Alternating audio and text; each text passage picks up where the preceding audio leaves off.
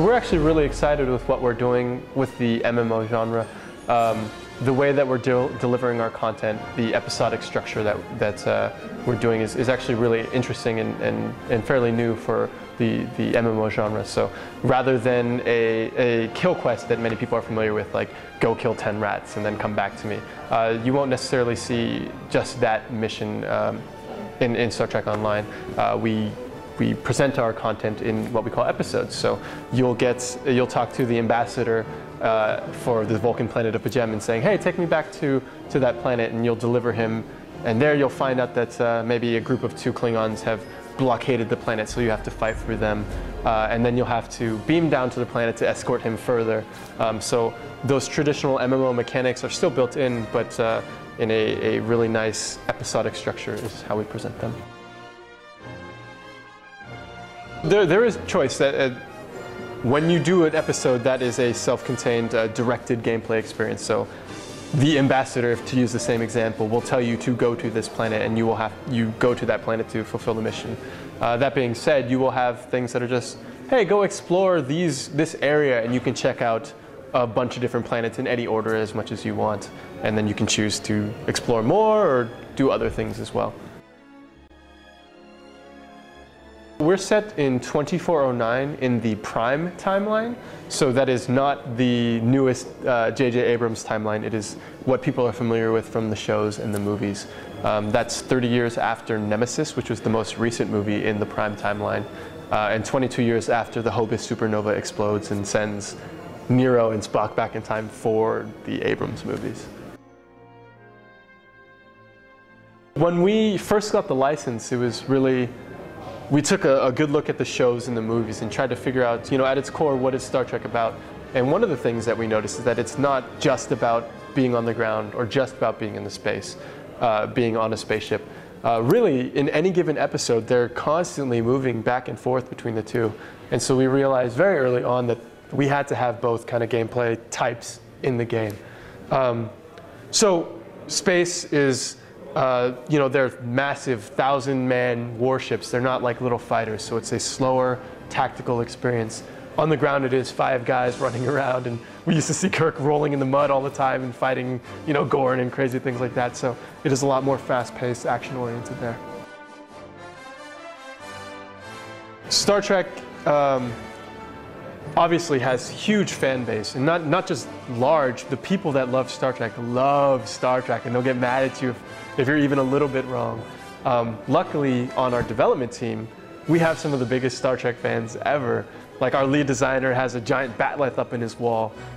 So we have a team of people involved with creating the story, making sure that we're authentic. We work very closely with CBS and make sure that all of the art and storylines that we do are appropriate for the Star Trek license, and making sure that those phaser beams really look like phaser beams. That doesn't mean we're tied to the old, maybe cheesy special effects from the 60s or something like that, but we at least have that core feel that is Trek. The development team has a working relationship with people at CBS who owns the Star Trek license, and so everything that we do, whether it is storylines, whether it's new art, whether it's a new ship that we want to do, we'll design it and we'll send it over to them and see, is this okay for you guys? And it was a very tight process in the beginning, but as the process went on, they kind of quickly realized that the development team at Cryptic really loves the Star Trek IP. And so they've kind of allowed us a lot of creative freedom, because we've earned the kind of trust that we're not going to, build a starship that has like a crazy fin down the middle or something that wouldn't necessarily fit Star Trek. Customization is something that's been really important to Cryptic Studios as a development house ever since the beginning. We had City of Heroes, City of Villains, most recently Champions Online, which are all very well known for having amazing customization options. So in Star Trek, we wanted to do no less than that, if not more.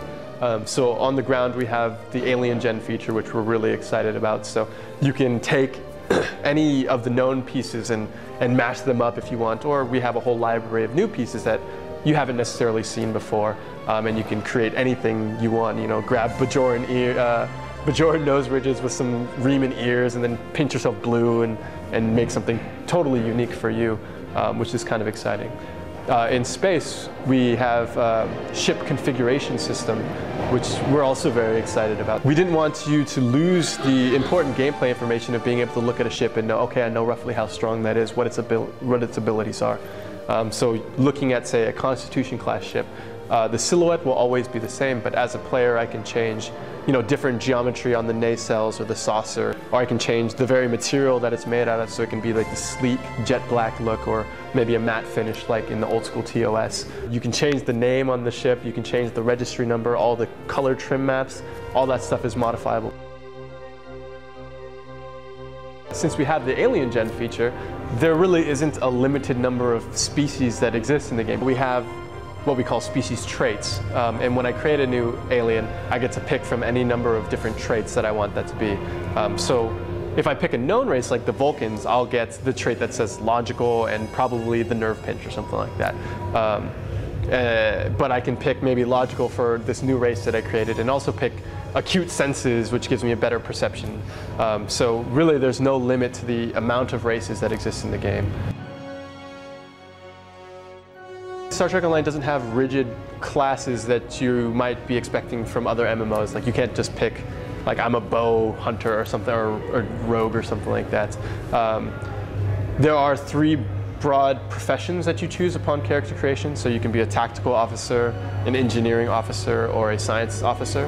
And those have broad categorizations. So as a tactical officer, you're more focused on doing damage, whereas a science officer would be more support and healing and things like that.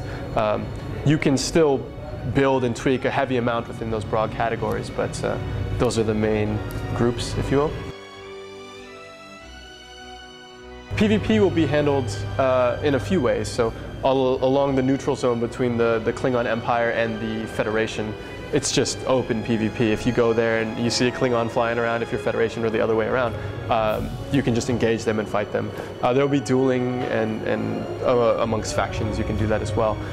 And there will also be different PvP games that you can do. So capture the flag, you can queue up for just deathmatch and things like that.